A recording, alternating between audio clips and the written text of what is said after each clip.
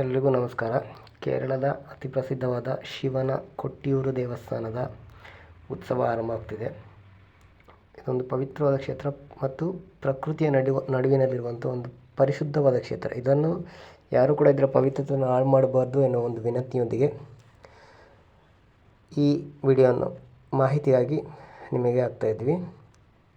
ಏನಂದರೆ ಇದು ತುಂಬ ಶುದ್ಧವಾಗಿರಬೇಕಿಲ್ಲಿ, ಹಾಗಾಗಿ ಇದನ್ನು ಶುದ್ಧತೆಯಿಂದ ಕಾಪಾಡೋದು ನಿಮ್ಮೆಲ್ಲರ ಜವಾಬ್ದಾರಿ.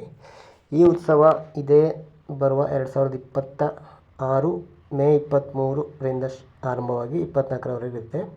ಹಾಗೆ ಮಹಿಳೆಯರು ಮೇ 31ರಿಂದ ಜೂನ್ 20ರವರೆಗೆ ಮಾತ್ರ ಅವಕಾಶ ಇರ್ತದೆ.